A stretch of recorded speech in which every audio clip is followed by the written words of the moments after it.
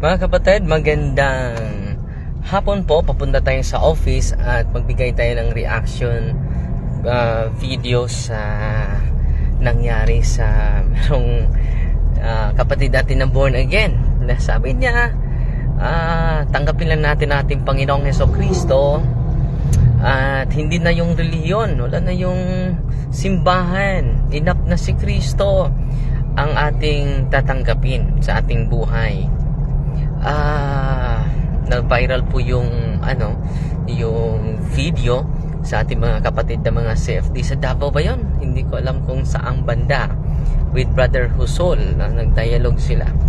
Pero bigyan natin ng komento yung pahayag sa ating mahal na kapatid kung si Kristo lang ating tatanggapin. Hindi na kailangan ang simbahan. Yan ang sabi niya. Yun po ba ay nababatay sa Biblia at sa wastong turo o dalisay na aral? Ito po ang sagot natin. Partly true, partly not, no? Totoo pero kulang. Totoo naman na si Kristo is more than enough. Pero dapat natin malaman na ang simbahan ay hindi dapat hiwalay kay Kristo. Hindi natin i-chop-chop si Kristo. Dahil si Kristo ang ulo sa simbahan. At ang simbahan ang kaniyang iglesia. Pwede ba yun mahiwalay? Ang ulo sa katawan? Ano mangyari kung yung ulo mo ay mahiwalay sa katawan? Manananggal na tayo. Yan ang katotohanan, mga kapatid. So, kung mag-evangelize tayo at pangalan ng ni Kristo ang ating gagamitin, hindi tama yon, kulang yon. Dapat i-evangelize natin ang mga tao at i-proclaim din natin ang kanyang iglesia na tatag niya. Dahil sa Colossus chapter 1 verse 18, si Kristo ang ulo ng iglesia at ang iglesia naman ang kanyang katawan. So, kita ninyo yung connection sa simbahan at kay Kristo. At meron na mga bulaang propeta ngayon na nagsasabi sa mga daan, sa mga merkado na tanggapin ninyo si Kristo at hindi na kailangan ang iglesia, ng simbahan. Ang importante ay ang relasyon sa ating Panginoong Hesukristo. Hindi tama yon. Paano madala ang mensahe ni Kristo kung walang kanyang simbahan? Ang kanyang simbahan nga ay mayroong mystical relationship sa kanya. Tinatawag niya na tayo ang kanyang asawa. Paghiwalay mo si Kristo sa kanyang iglesia, hindi tama yon. So, kung merong mga ngaral ngayon na i-promote lang si Kristo pero hindi i-promote ang iglesia, natatag niya, mula ang propeta po yan. Hindi po yan naaayon sa aral ng ating Panginoong Hesukristo, mga kapatid. Tama pero kulang. Pero dito sa simbahang Katoliko, pinupromote natin si Kristo at pinupromote din natin ang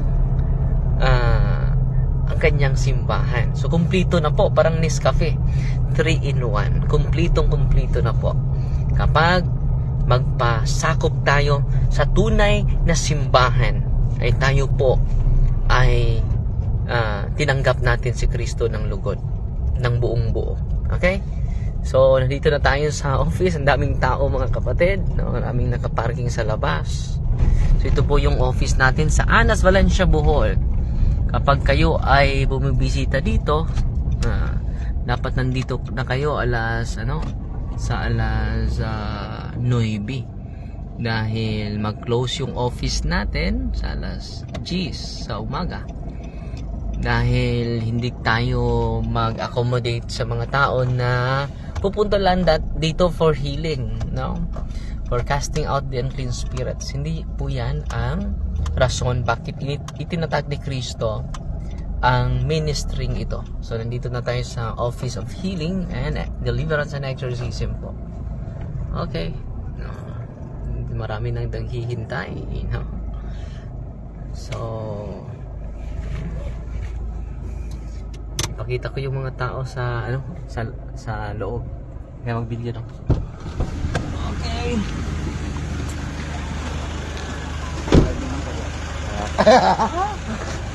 Bisa taga-ato.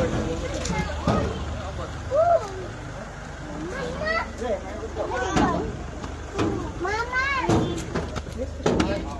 Mama! Yes! Come, come, come, come!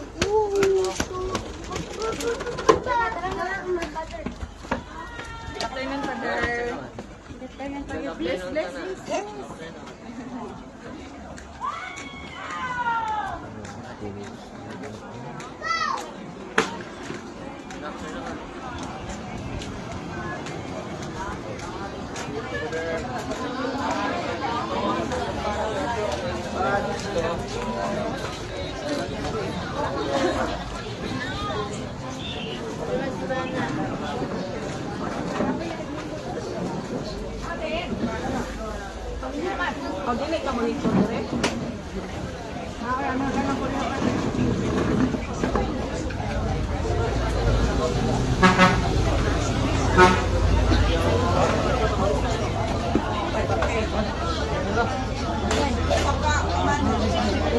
Hello. Mana ninyo ron? Halo. Hello. Ayun pala. Ayun pala. Father.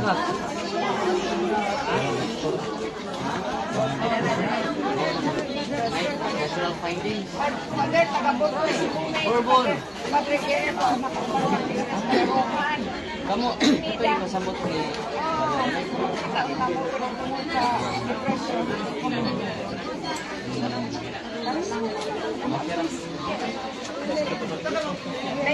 Ay, God bless. So, daghang kayo sila dire, mga igsoon. Oh, daghang kayo. Pila mo kabok? Oh, hello. Bourbon. Nasain ko sa Bourbon. Sa Lugo. Sa Lugo, Bourbon. Nasain ko. Mo tabi sa ko. Hello. Oh, daghang kayo sila dire. Pila mo makabok ron? Ambot mo busitos. Bay bohol sila dire karon. God bless.